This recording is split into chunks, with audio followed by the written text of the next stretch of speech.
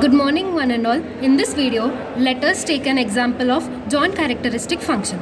So in this example, I am considering two random variables x and y, and the joint characteristic function is given as phi of xy of omega 1 comma omega 2, which is equal to e power minus 2 omega 1 square minus 8 omega 2 square.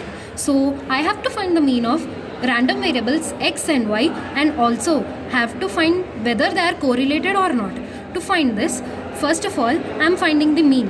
So we already know that m and k, which is equal to expectation of x power n y power k, which is given by minus j power n plus k, which is the partial derivative of omega 1 whole power n and omega 2 whole power k of the function phi xy of omega 1 comma omega 2, where omega 1 is equal to 0 and omega 2 is equal to 0.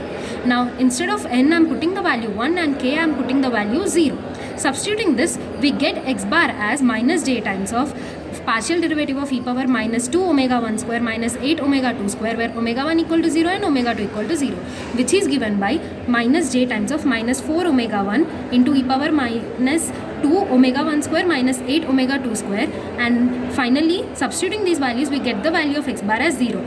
Similarly, we get the value of y bar as expectation of y, which is equal to m01, which is given by minus j times of minus 16 omega 2 e power minus 2 omega 1 square minus 8 omega 2 square. Substituting the value of omega 1 equal to 0 and omega 2 equal to 0, we get y bar value as 0. So we found the values of x bar and y bar, which is given as 0. Now we need to find whether they are correlated or not. For this, we are taking autocorrelation function. So autocorrelation of xy, cross correlation of x and y is given by expectation of xy, which is equal to m11. So m11 equal to minus j square partially derivating with respect to omega 1 and omega 2 of e power minus 2 omega 1 square minus 8 omega 2 square, where omega 1 equal to 0 and omega 2 equal to 0. First of all, I am partially dividing with respect to omega 2, and then after I am dividing the whole partial derivative function with respect to omega 1. So for this, I got the partially derivative with respect to omega 2 as minus 16 omega 2 into e power minus 2 omega 1 square minus 8 omega 2 square. Now again, partially dividing this with respect to omega 1, we get the final equation as minus of minus 16 omega 2 into minus 4 omega 1 into e power minus 8 omega 2 square minus 2 omega 1 square, where omega 1 and omega 2 values are to be replaced as zeros. So putting this value, we get the cross correlation of x and y as 0.